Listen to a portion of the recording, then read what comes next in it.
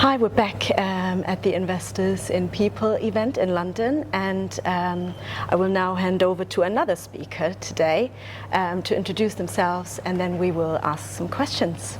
Okay. Hi. So, hello, Jason Ashley, Head Teacher at Redbridge Community School in Southampton. Thank you, and thank you for your time today. So you are here today because you're celebrating an accreditation as well? Yeah, that's correct. We got the Investors in People Platinum for the second time in 2022. Congratulations. So the first time for that was in 2019, when was the first time we'd actually got the Platinum.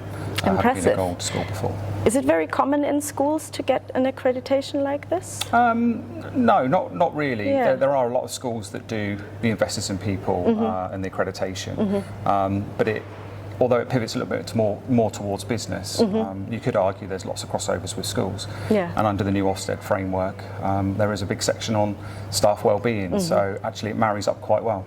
I see. So does it help with the Ofsted inspections as well? Yeah, we never do anything at Redbridge because of Ofsted. Our drive behind the well-being and the Investors in People is because we really want to invest in our people. They Sure. ultimately are responsible for developing young lives. Absolutely. And the fact that Ofsted have finally caught up with that to look at teacher and student well-being is actually a good thing. Yes, absolutely. So I would say Investors in People are probably ahead of the game on that one. Okay, that's great to hear. So a bit about the process. Did you find it challenging, or did you find it helped you to move forward and improve things in the school?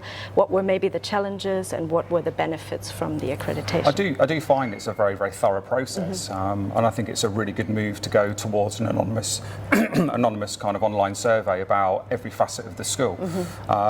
That's always a bit nerve-wracking as the head teacher, but you want people to be honest because you can't change anything in the organisation if you don't know. Sure.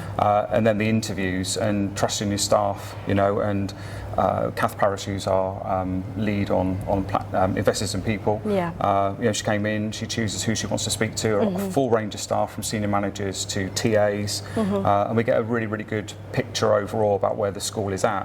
What I've always found really helpful is that some of the targets that are set are either things that we've identified that we haven't quite got round to doing, or they're things that we hadn't even thought about. So for us, it allows us to really narrow down specifics that we need to kind of focus on, which is really helpful. Yeah, I guess what you're saying is also, as an outsider coming in, it probably helps you to have a different perspective on things as well. Yeah, it does. You do fall into being in your own school, thinking you can be as objective as you can, Sure. but invariably you're influenced by what you see and what you do. Absolutely. So I think schools and colleges in particular should always look to have organisations such as Investors in People to come in and validate what they do for a third look, if you like, and that really helps us to kind of write improvement plans and our development plans moving forward. I see.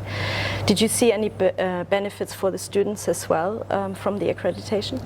Yeah, I do, and I think one of the things that's really interesting about the schools is there is a focus on the students, the curriculum, if they're happy, and I think from my perspective, if you've got happy staff and staff that feel that they're listened to, an organisation that has high challenge but low threat, students invariably perform better, and that's about the development of the school culture.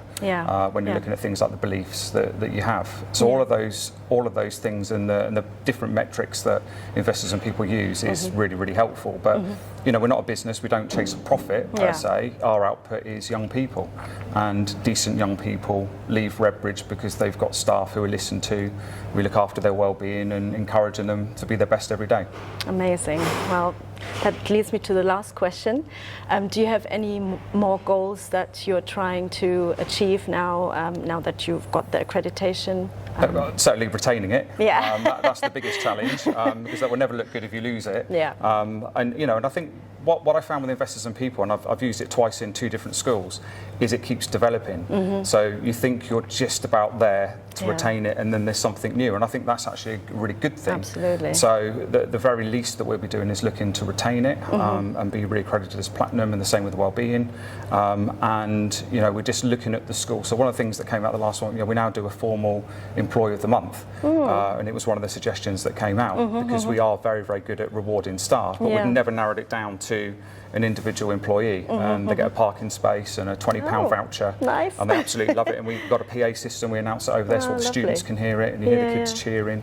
So they will always find something, which is why we carry on doing it. And I think as a school leader, you've got to be open to outside evaluation and judgment. Great, well, amazing. That was very insightful. Thank you very much for your time, and good luck for your speech later. Thank you. Thank you.